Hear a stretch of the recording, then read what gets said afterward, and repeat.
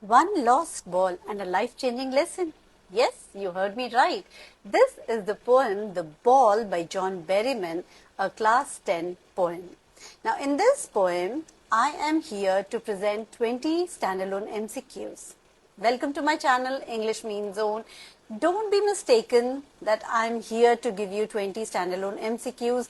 They are not asked much in the exams. No, you're mistaken, because through MCQs, I want to explain the poem in a very simple and crisp manner. So you will be able to attempt any of these, whether it is a standalone MCQ question, assertion reason based question, short or long answer question, or extract based question. So what are you waiting for? Do follow, save and share this video. Also subscribe to my channel for more such videos. I'm here to present all the chapters and poems in a very playway method so that you can remember them easily for your board exams. So I'm here to guide you through till the end, till your board examination, so that you secure a good fat score. So what are you waiting for? Let's get started, and do press the subscribe and share button. Thank you. Now, the first question, who is the poet of the ball poem? You have the 4 options in front of you, and you know it's not Robert Frost. John Berryman, maybe. William Wordsworth, no. Walt Whitman, no. The correct answer is John Berryman. He wrote the ball poem exploring loss and growing up. Now you got that right. That's really awesome. Now what is the boy doing at the beginning of the poem? So the options are playing with his friends, playing with his ball, talking to the poet, running in the park. And you know the answer is playing with his ball. The boy is happily bouncing it at the start. Now the third question, what happens to the boy's ball? The options are it breaks, it gets lost in the bushes, it falls into the water, it is stolen. The answer is it falls into the water.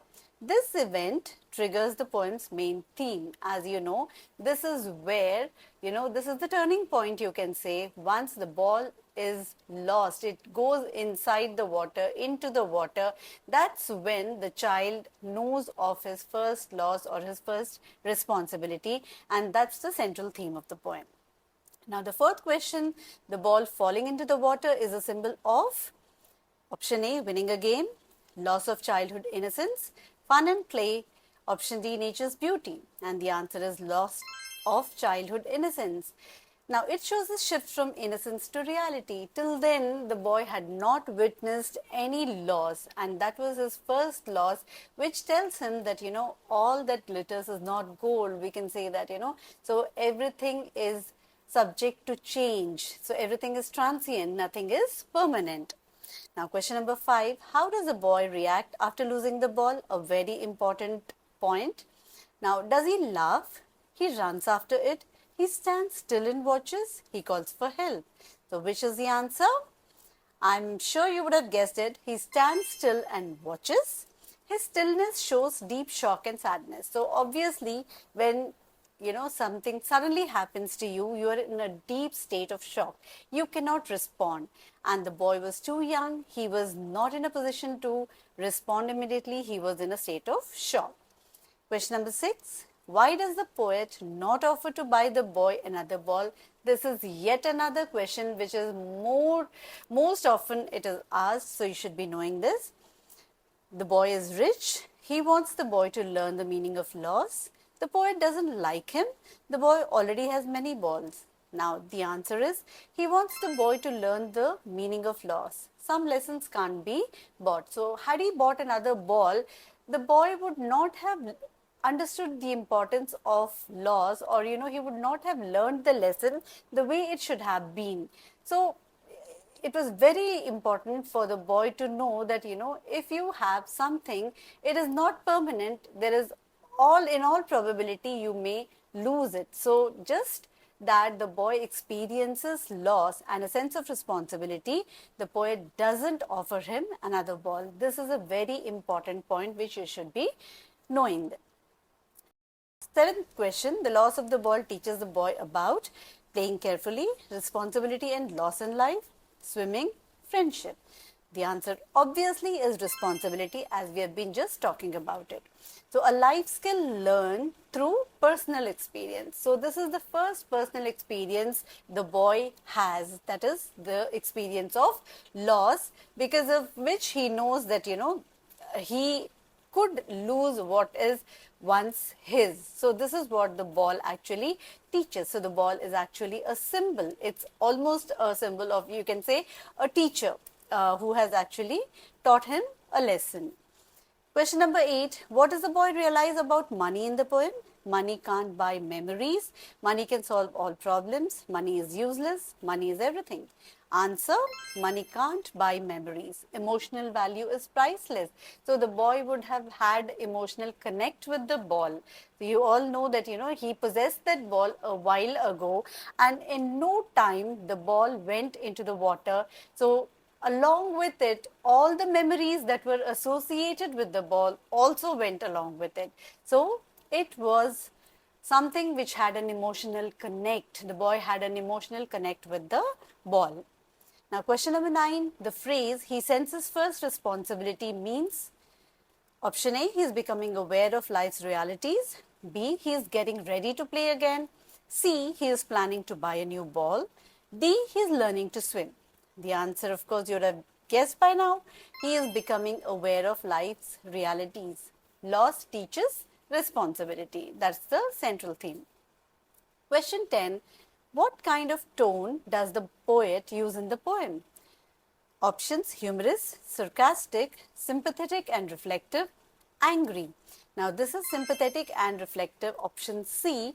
The poet feels for the boy and reflects on life. So he does feel for the boy, but then he just lets the boy learn a lesson on his own without the poet's intervention. Question 11. The ball in the poem is compared to lost money, lost possessions and moments of life, a star, a pearl. The answer obviously is B, lost possessions and moments of life, symbolizing what can't be regained. So you can buy more balls, or you can buy something, a similar thing you can buy, but then you cannot buy the memories associated with it. So that's the main crux of the poem. Question number 12. What does a boy's immobility show? He was frozen. So what does that show? What does that tell us? Options: his laziness. Was he lazy? Option B, his deep shock and sadness, his anger, his confusion. Obviously, the answer is B, option B, his deep shock and sadness, because he had experienced loss for the first time. So for him to absorb that, it took him time. So he was frozen. So he freezes in the moment of loss. Now, question number 13, the poet says, balls will be lost always. What does that mean? A very important question once again. Options: children will always lose balls. Loss is a natural part of life. Balls are weak. Water takes away everything. The correct answer is option B, loss is a natural part of life. All of us have definitely experienced some kind of loss in our life. So everyone experiences it. That's what the poet is trying to tell. Here, it's the first loss of the boy. Question 14, how does the poet feel while watching the boy? He is indifferent, amused, empathetic and thoughtful, irritated. Now, he is empathetic and thoughtful. Option C is the right answer. The poet understands his feelings deeply. He does resonate with the boy's feelings, but then he doesn't respond. Resonating is different from responding.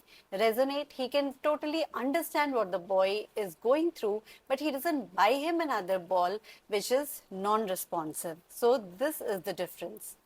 Question number 15. The poem mainly deals with which theme? Friendship, loss and growing up, adventure, nature's beauty. So the answer is B, loss and growing up, central message of the poem. Question number 16. What does a boy's ball specifically represent? It's a symbol. So what does it represent?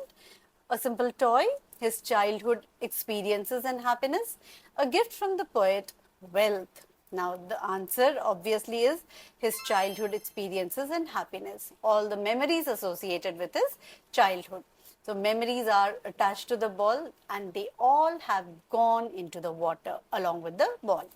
Now, question number 17, the setting of the poem is near a park, the sea or harbor, a playground in the city, a school. The answer is the sea or harbor. Water imagery sets the scene. This we know that it has gone into the water body. Question 18, the poet uses the loss of a ball to teach about sportsmanship, reality of death and loss, the joy of playing, the importance of saving money. Now here, it's reality of death and loss, a universal truth about life. You know, we all lose something.